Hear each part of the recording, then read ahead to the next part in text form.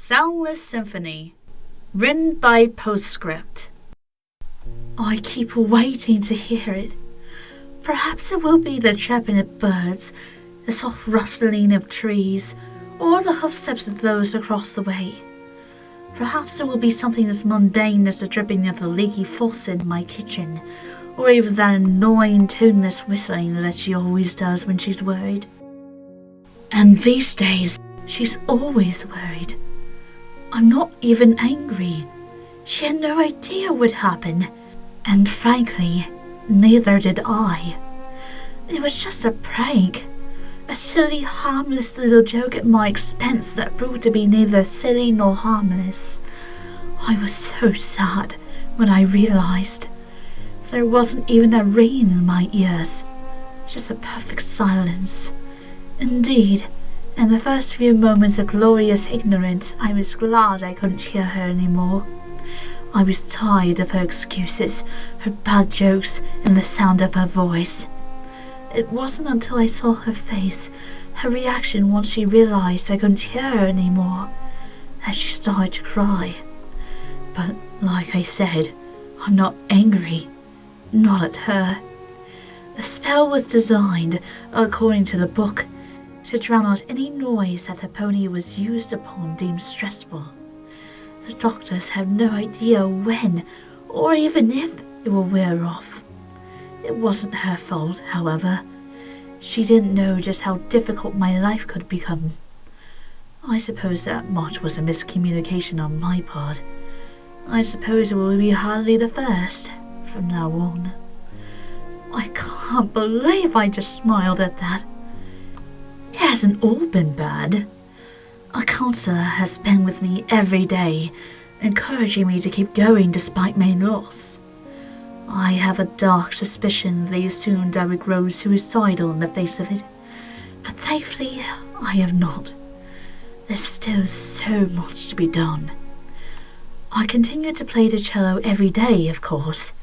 This surprised her at first, as it did everyone, but to me, there was no other way. My cello is my life, and as long as I have the strength to play it, I will continue to do so. In my head, I could still hear every note. I have even composed a new piece, and why not? Every chord is etched into my soul, after all, and a bird without wings can only sing. In time, things will return to normal, whether I like it or not. The sympathetic gazes of those around me will turn away and continue onwards as if I had little more than a grazed knee. In time, she will laugh and joke about all this, and I will laugh with her. I hope my laughter doesn't change, no matter how long I live in this silence. She's been poring through old books for a cure, of course. It amuses me to no end to see her of old ponies spending night and day with her head stuck in a book. I know she never cared much for reading, or my composures, or anything of any real worth. Sometimes I wonder what it would have been like had the tables had been turned, as if I had to wonder at all. She would have turned to drink, no doubt. She always did tend to fall harder than most, and over the most trivial things, like when I forgot the name of her favourite album, or when I couldn't attend her concert, as if she ever bothered to attend half of mine. I'm not angry with her, though, not even if I wanted to be. The first few days were the hardest.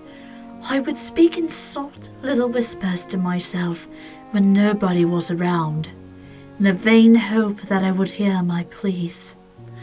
I would even tap the side of my head as I did after every concert I attended, just to remind myself that my hearing was still there, however faint. But it's not there, not anymore. It's gone, and the silence that had replaced it is nothing like I expected it to be. It's unyielding, absolute.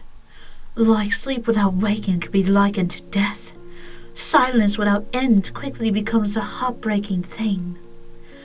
I've already begun to pick up the subtle movements of a pony's lips, and in time I hope to be able to hold conversations as I once did, as casually as if nothing had changed at all. I had yet begun learning sign language, however, partly out of her insistence. She still believes that someday I'll wake up, stretching and yawning and pushing her away, and telling her that her snoring could wake the dead.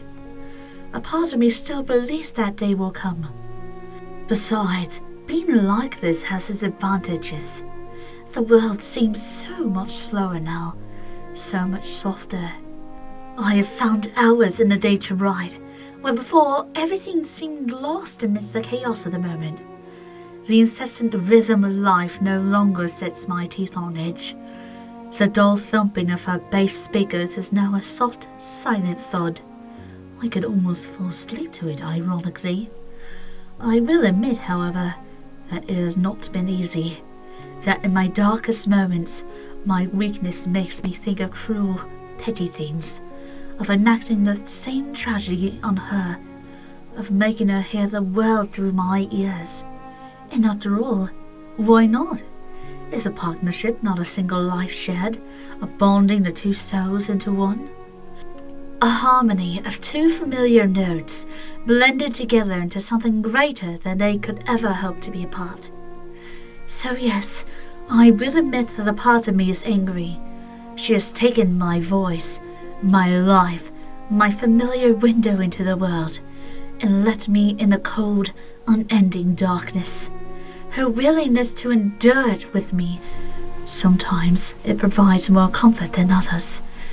But every time I think of hurting her, I remember that cheery, cheeky grin.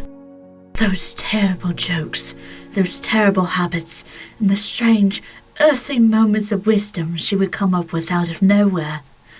The tears, the laughter, and the thousand little secret things that only she could ever be. Final scratch, please, you do owe me one favor above all others.